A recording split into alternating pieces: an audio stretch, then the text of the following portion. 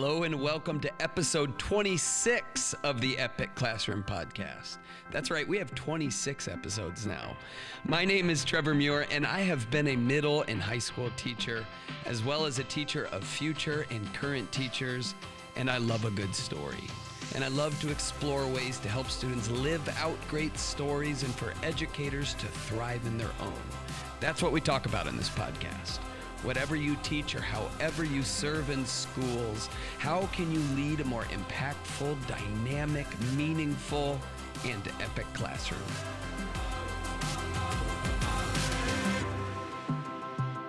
All right, everybody, let's dive into this week's episode. But before we get into all of that, I hope you are having a good holiday season.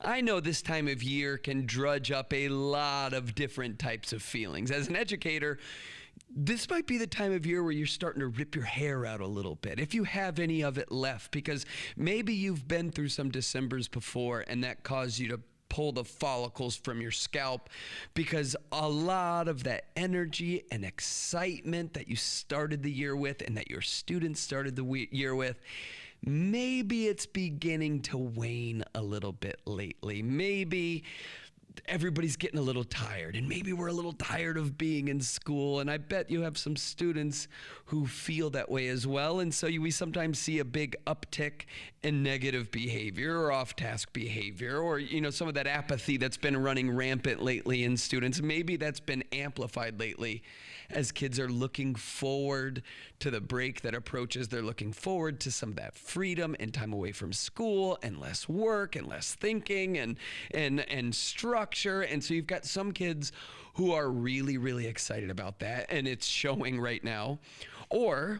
And this is something that I explored in a video that I released last week. If you haven't seen it, you can go check it out at my website, trevormuir.com/videos, or just look it up on YouTube.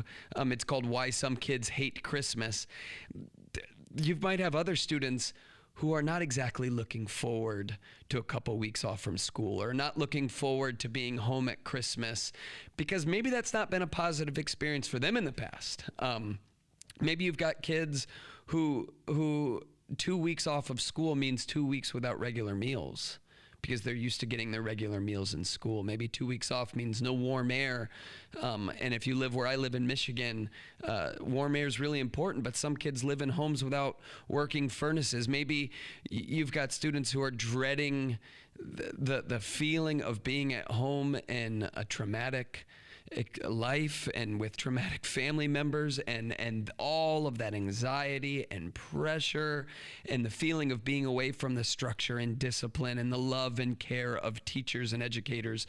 Maybe all that is boiling to the surface right now, and that's why you're seeing some of that behavior. But whatever it is, it's present. This is a tough season, but it also can be a really good season for so many different reasons. And that's not what this podcast episode is about. Actually, I was going to dive right into the topic, but now I'm feeling a little inspired. But whatever it is, if you are kind of on your last rope right now, my hope for you is that you can find some of that joy that is woven into all of it. I'm hoping that you can find experiences for your students to take part in that goes beyond just the memorization and maybe shakes things up a bit, so that they can find ways to thrive during this season, and that you can as well. And if you live over here in America, you might have a nice little break coming up right now.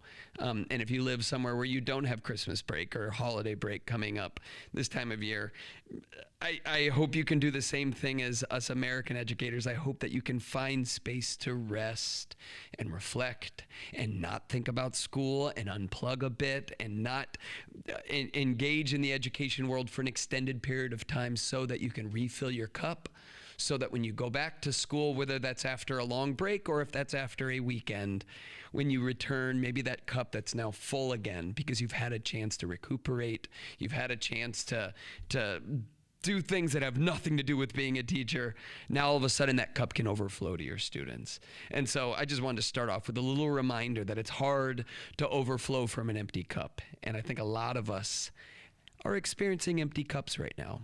And so what are the things that fill you back up? What are the things that bring you joy and peace, which I think are some pretty dominant themes this time of the school year? And how are you experiencing that yourself? So anyway, maybe that should be a whole nother episode, but I just wanted to lead with that because it's definitely a unique season that we're all in. And I'm hoping that you can find some joy and peace in all of it. But this week, I want to talk about something that is a current event. So last week, if you haven't been paying attention, don't worry, I'll fill you in. But last week, some artificial intelligence technology called ChatGPT was introduced to the world. This company called OpenAI released this technology, and it's got a lot of people freaking out a bit. The Atlantic, they had a headline that asked the question, is the college essay dead? Forbes magazine has a headline that says, teachers fear ChatGPT will make cheating easier than ever. There's a website that says, could an AI bot be writing students' homework? So the reason, what all these headlines about, the reason there's a bit of an alarm right now is that this technology called ChatGPT, it can write for you. You can put in a prompt or ask a question, and within seconds, the AI, which is free, by the way, will give you a response with sometimes startling accuracy. There's a professor at Amherst College who graded an essay that this program wrote, that this free available program wrote. He graded it using the same rubric and the same standard that he would give to his writing students at the college, and he graded it, and he actually gave the essay an A. And it's not plagiarizing other people's work either. It's literally synthesizing writing from all over the internet and composing it in an original way. And if you don't like the way it's written, you can literally hit refresh and it will write with the same type of information in a different arrangement of words and composition. And you can actually ask for more detail, or you can even put in specifications saying, hey, I want 5 paragraphs on this subject. I want 1 paragraph. Or you can give specifics and it will do it for you. And you can see why this raises the hackles on this English teacher's neck. I mean, writing, and I know this from lots and lots of experience, writing can be hard work. And if you can bypass that hard work by using artificial intelligence, why wouldn't you? Why wouldn't students just cheat by using this? And as a result, not learn the skill of writing. And the truth is, at least in my humble opinion, this is going to cause a shakeup in education, right? This is going to cause some very serious ripples that might even turn into some really big waves. When you have a technology out there that can do the work for you, yeah, that's going to disrupt things a bit. That's going to cause a shakeup in education. But isn't that kind of the nature of education? I mean, did you know that in the 1970s, before I was born, by the way, just a little disclaimer, did you know that in the 1970s, when calculators started becoming widespread, they were banned in most schools in America? And yet, in 1975, calculators were in 1 of 9 American homes, meaning you could ban them all you wanted to in school. But even in the 1970s, they were still being used at home to solve math problems. And within a decade, the College Board was mandating their calculators' use on the AP exam. And by 1990, they were being used in every school in the country. So even though they were banned just a decade earlier, all of a sudden they became used in a widespread way. And I don't think this was just educators throwing up their hands and essentially saying, if you can't beat them, join them. No, if you look at this history, you'll see it's because educators realize students can do more complex math with the use of a calculator. But educators first had to figure out how to take advantage of that technology. So a lot of the worry is that ChatGPT, or this artificial intelligence, is just going to do all of the thinking instead of students having to do it.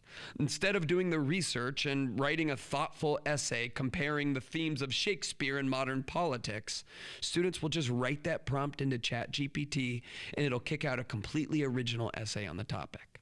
Now, that is a legitimate fear. I know when I was in high school and some of college, that's what I would have done. But since artificial intelligence didn't exist when I was in high school and college, I often BS'd essays like that. I learned quickly in my adolescent years that these types of papers were pretty formulaic. If I could just plug in surface level information into a 5-paragraph structure, I could get the grade that I needed and then just move on. Now, did writing that 5-paragraph surface level essay make me a strong writer? Or did it confirm my ability to BS an essay? Because that's what artificial intelligence largely does. It finds the information and strings it together in a passable way. And that's what we're asking students to do with prompts like that. And so we got to ask the question, what's the point? Why are we wasting their time and ours with something we know isn't producing better writers or even demonstrating understanding of the material? Is it because some test says we have to do that? I mean, we need to adjust what writing in school actually looks like. Because what AI cannot do is mimic a writer's unique voice. It can't use personal stories and anecdotes to connect with what students are learning. ChatGPT may be a good writer, but it's not a great one, because great writers are original and they do something that only they can do, which is create from their unique perspective. That's what we have to teach students to do. That's what standardized testing, if we're gonna keep that around, it needs to be about. ChatGPT is not going to end English class. It's not going to abolish ELA, but I think it will change it. I think it's going to force us to examine the work that we give to students. I mean, we all know that writing 5-paragraph essays is not a part of the daily routine for most adults. And so, maybe it's time that ship sails off into the sunset.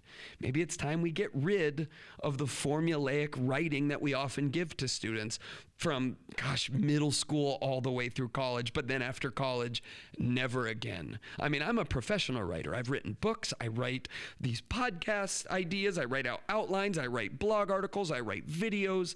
I'm a professional writer, which is kind of funny to say out loud. And yet, I haven't written a 5-paragraph essay in about 20 years. And so maybe it's time for that ship to sail off. But there is a lot of practical writing that I do that we all do in our lives. I mean, we write emails, we send memos, we write in our journals. Some of us try to write thoughtful social media posts. And if we learn to love expressing our thoughts and ideas in written form, we write poetry and stories and blog posts and videos and this podcast episode. So maybe writing instruction needs a practicality update. And maybe a love of writing needs to be amplified more than formulaic writing. Now, easier said than done. But I think that is our challenge. That is the big pivot that needs to take place. As an English teacher, I've seen many students write an essay or a short answer response on a test, but not actually grow as writers or develop a love of the practice. But I've also seen students discover their voice through writing, and it's beautiful. We need more writing assignments that do that, and we can use artificial intelligence to actually enhance their writing. So instead of rejecting this new technology or trying in vain to block it on school servers or hide it from students, which is what we often do, right? When we're introduced to new technology that disrupts. I mean, we've seen the apps where students can just scan a math problem and it will answer it for them. We've seen different programs that kind of help students skip steps. I mean, we tried to ban calculators. We tried to ban the internet. We've banned cell phones. We've seen that banning doesn't seem to work because students will find a way around it. But what if instead of banning it or blocking it on servers, what if we use it to inspire better writing? So check this out. Let's say that you wanted your students to examine the impact COVID had on student learning. Let's say that's their writing prompt, and so you could type that prompt into ChatGPT and write, what impact did COVID have on student learning in America? And this is the response you might receive. This is what I received when I typed it in there. It says the COVID-19 pandemic had this is, by the way, I just want to say this nice and clear. This is what the computer wrote in about 2 seconds after I hit the prompt. So after I entered it in, it immediately responded with this. The COVID-19 pandemic had a significant impact on student learning in America. Many schools were closed for extended periods of time, and many students had to switch to remote learning. This disrupted the educational process for many students, and some may have fallen behind in their studies as a result. Additionally, the pandemic may have had a negative impact on students' mental health and well-being, which can also affect their ability to learn.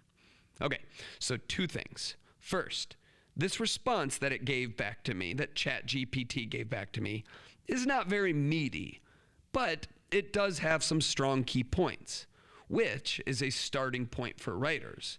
So from here, I could take the line that it gave me where it says there's been a negative impact on mental health, and then I could either type that back into the software and maybe receive a more detailed response, but if not, which I didn't when I tried it, it didn't give me much more detail, but I could also, so what it tried to respond with, it basically just restated that claim, but it was lacking data and evidence.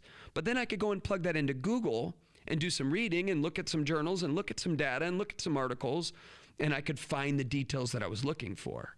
It's like the AI is helping me skip that step, which is true, by the way. It is helping me skip a step. Instead of figuring out what all the main points are just completely organically, the AI is actually helping me with that. I don't even want to ignore that fact. But here's the thing, don't we all want to find the best route to where we're going? Right? If this tool eliminates some time researching, the time that I spend developing those main points, if it eliminates some of that, doesn't that provide me with more time to dig deeper and work on my writer's craft and enhance the writing? And so it actually buys me time. It actually simplifies the process so that I can put the emphasis on the things that matter most. But then the second thing, if I add this to the prompt, when I give students that question, when I say, what impact did COVID have on the learning experience for students in America? If I add to the prompt, and how does this compare or contrast to your experience? All of a sudden, students need to write something that artificial intelligence cannot. This personal element, by asking how it compares or contrasts to their own lives, it forces students to think critically and express their thoughts in the written form. It also might be more inspiring for students to write because it's personal. They can connect with it. There's research that shows that students are more apt to work when they can find the relevance in what they're writing about, when there's this personal connection to it. And so by adding that little line, I'm doing something not just to bypass the AI, but now to enhance it. We can use the AI to get the data and the main points, and we start crafting it that way, but then you add this personal element to amplify the engagement.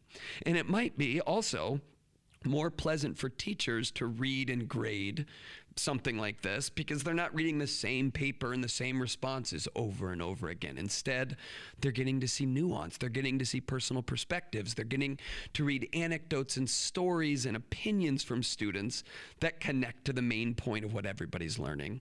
But now there's flavor to it, which is kind of the point of good writing, is to see the flavor that comes from the creator, that comes from the writer. To me, this doesn't abolish English class, and it actually might enhance it. But that does require some shifting of the paradigm. And there are always road bumps when we do that.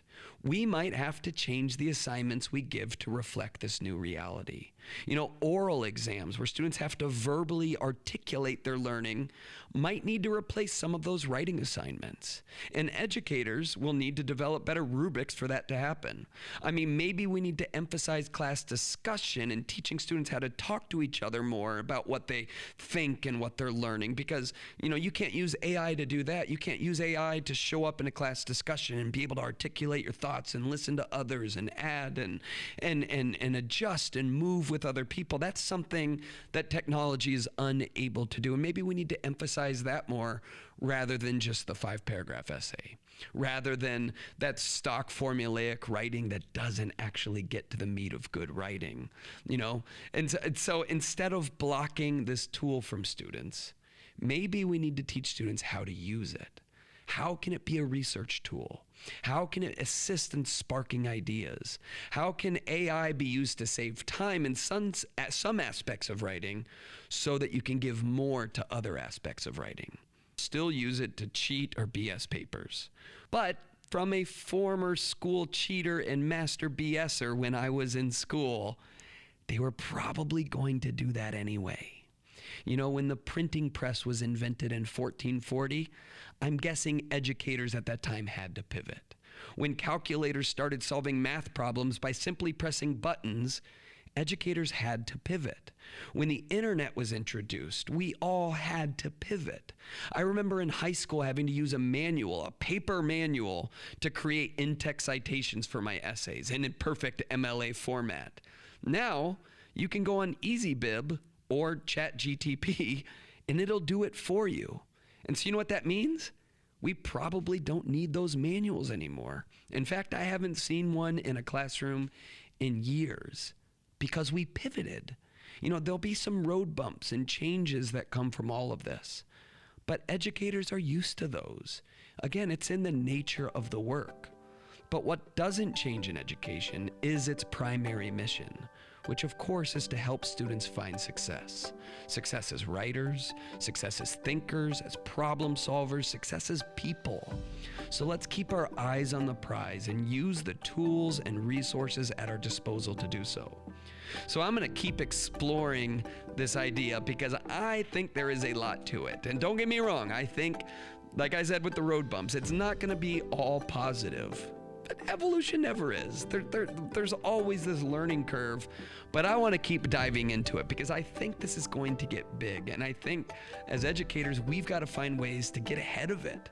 And getting ahead of it doesn't mean figuring out how do we block it, or how do we ban it, or how do we approach it with students and let them know that this is not allowed, or here's the only applications you're allowed to use it for. Instead, I think getting ahead of it means learning how can we incorporate it in our pedagogy? How can we use it in a way that makes writing more meaningful and authentic and relevant for students? So I'm going to keep exploring it. And if you want to follow along with these discussions and the videos I'll make about it, and who knows what's going to come out of this, if you want to keep up with these discussions on AI in school, but more importantly, how we can continue to evolve as educators to help students engage and learn more, you can go to my website at trevormuir.com/newsletter, and you can receive my weekly emails where I'm going to keep this discussion going. You can also explore my latest videos by going to trevormuir.com/videos, and of course, make sure you are subscribed to this podcast. It is such a joy to get to talk to you and connect with you in this medium, and I'd love to keep doing it. But whatever you teach or however you serve in schools, I really do hope you have a wonderful holiday, that you get some space to reflect and rest, and that you can be reminded why the work you do as an educator is so valuable for students and the society that they live in. So take care, my friends, and thanks for listening to this week's podcast. I'll see you next time.